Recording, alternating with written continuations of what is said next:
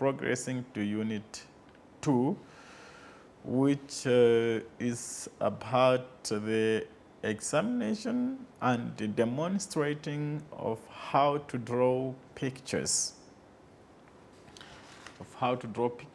And in this picture we will concentrate on drawing pictures using all the elements of art and a variety of mediums.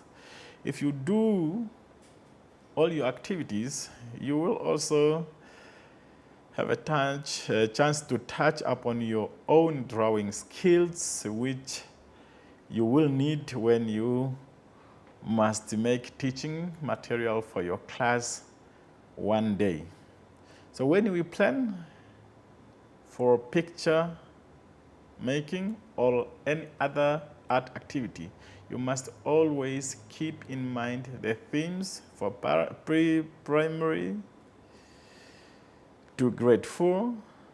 In pre-primary, we have 9 themes, and in junior primary, we have up to 36 themes and sub-themes, and all the activities that we do must link with the theme we are teaching. So we must not be teaching about cows and we are showing dog pictures. So there must be a link. And also it must be a link that corresponds with the stage or the group of learners that you are teaching. And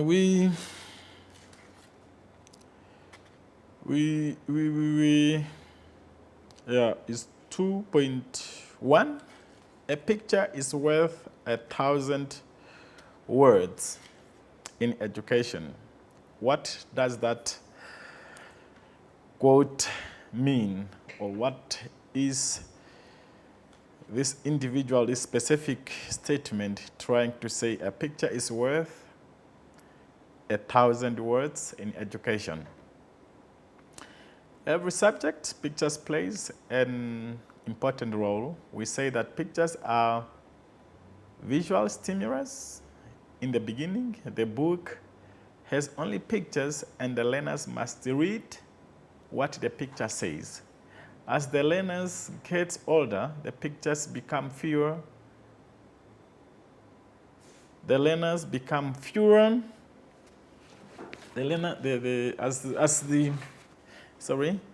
As the learner gets older, the pictures become fewer and the words get more, but the role of pictures still very important. Before they read, they look at the pictures and predict what the text will be about.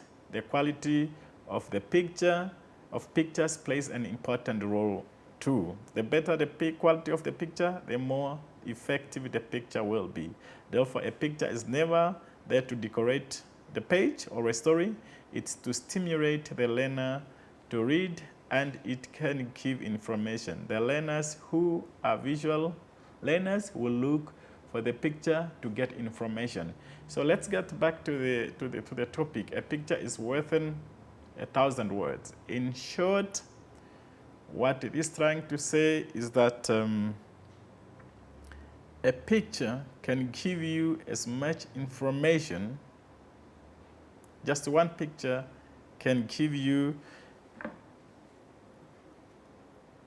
as much information as a written or spoken text will. A lot of words can. Meaning that you can describe something by drawing just one picture, and that picture will be able to represent what you can tell in a 1,000-word story in written, or in writing or in a speech. So when collecting theme pictures, when you start to correct pictures, you will need some guidance of what to look for. Although the pictures should be similar topics for the learners, there are always learners who need a picture to understand what you are saying. So it's a theme pictures, it's a phonics pictures, it's coloring pictures. The theme pictures, these pictures match your environment or should match your environment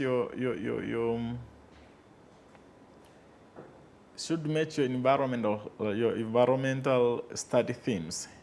These are the 9 themes in the beginning of the unit. You will need pictures of learners of different age with different emotions, clothes, toys, likes or dislikes for the first theme.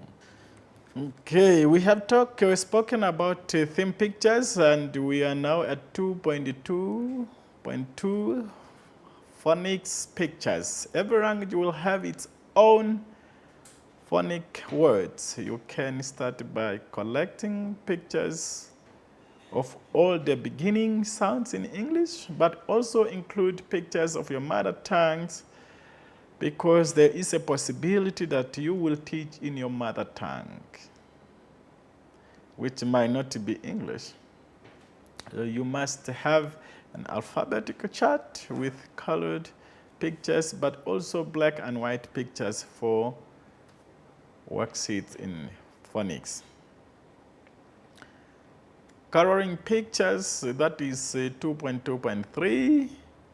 Coloring pictures or coloring in activities are great for hand-eye practice. It develops the fine motor of a muscular and can also serve as a finger exercise. So we have spoken of a book with pictures to cover just for learners just to color in, and or the dotted line whereby the learner have to complete or connect the dots. So that is more of the coloring pictures that will appear. So here the child is not really stimulating their creativity, but rather just practicing hand-eye practice, learning to transfer picture from mind to the hand. We're still under Unit 2, and we're under the topic 2.3, different tools necessary for paintings. The tools you will use will greatly be influenced by the budget of the school. Private schools might have a bigger budget for art supplies, and then the government schools, you as a teacher must learn to become creative also in the use of materials, even if it is limited. So maybe at your first stage, when you are just starting to teach arts, maybe you will then experience this influence of budgets. Then maybe your chances of acquiring materials will be guided, or you will have a specific budget that will work in. But as you get on, you will learn that of course, you will need a certain budget for materials. But as you become an art teacher, as your time goes teaching arts, you will learn that almost you will need the basic materials, perhaps, but as a teacher, you will also know what kind of materials will you need and for what activity. And you also have then or be exposed to, or just try to be independent here. It's visual arts and it's arts in practice, so you can use any art materials. And each and every school, let me say each and every piece of paper that is not in use for official purposes, that should be thrown away. In art lessons, it's art materials. So budget should not be in your face. You should always use the material at your disposal. All you need is to be creative at it. Each and every thing that science subject will, not sure if you teach science in pre-primary schools, but maybe social studies and other mathematics and whatever that a subject that are there, whatever that they are not using might be useful for your art class. So do not rely too much, or do not scratch your head because maybe because of the little budget that you might have received from the school budget. So you can always use whatever material you have there as recycled materials. So these are some of the list of the different tools necessary for painting. So these are the basic color of tempera. It's mostly the powder, and it's the color for the beginners.